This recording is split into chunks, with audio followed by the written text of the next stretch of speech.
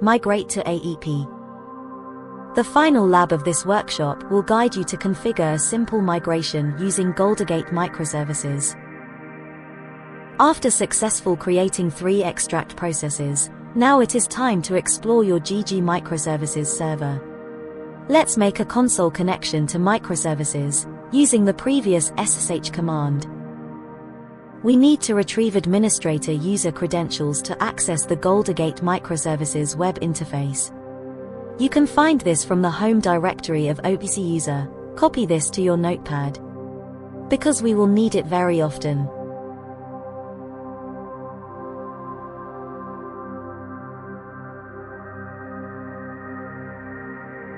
After you copied the password, open a new tab, and type the microservice IP address with HTTPS protocol.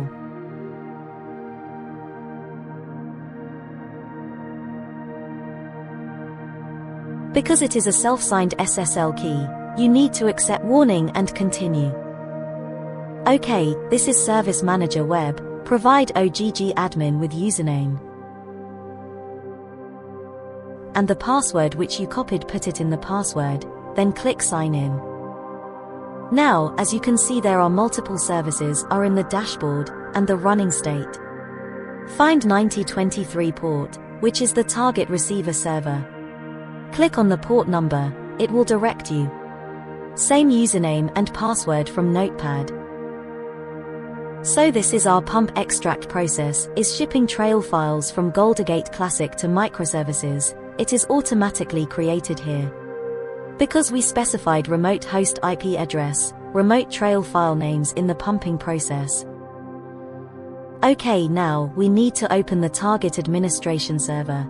As you can see in step 5, we should click on 9021 port from the Service Manager dashboard. This will also direct you to a new tab.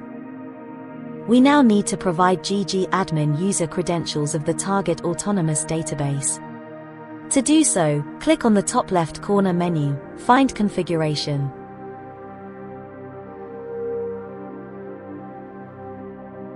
Thanks to Terraform, we already have a pre-created connection listed here, but we must provide a password.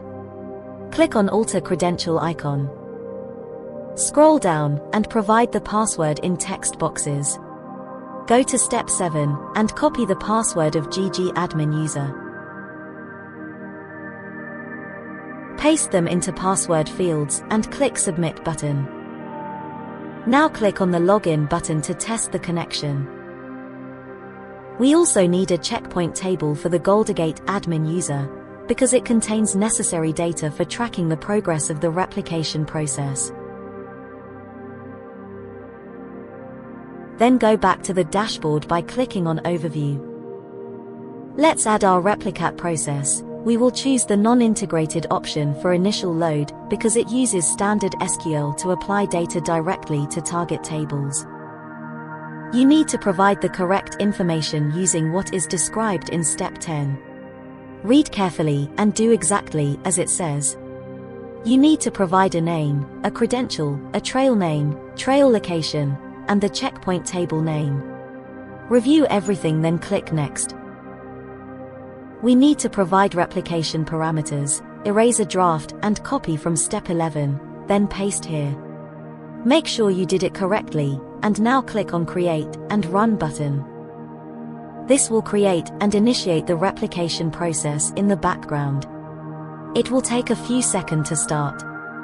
Click on the Actions button, explore the options in the replication process. Once it's started, you will see some numbers in the Statistics tab.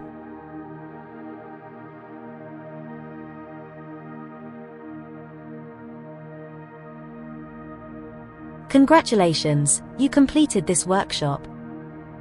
The next step is to explore OCA resources that we have created and explore Oracle Autonomous Database capabilities. There are tons of advantages and benefits of using an autonomous database than using a PostgreSQL database. I hope you enjoyed it. Thank you.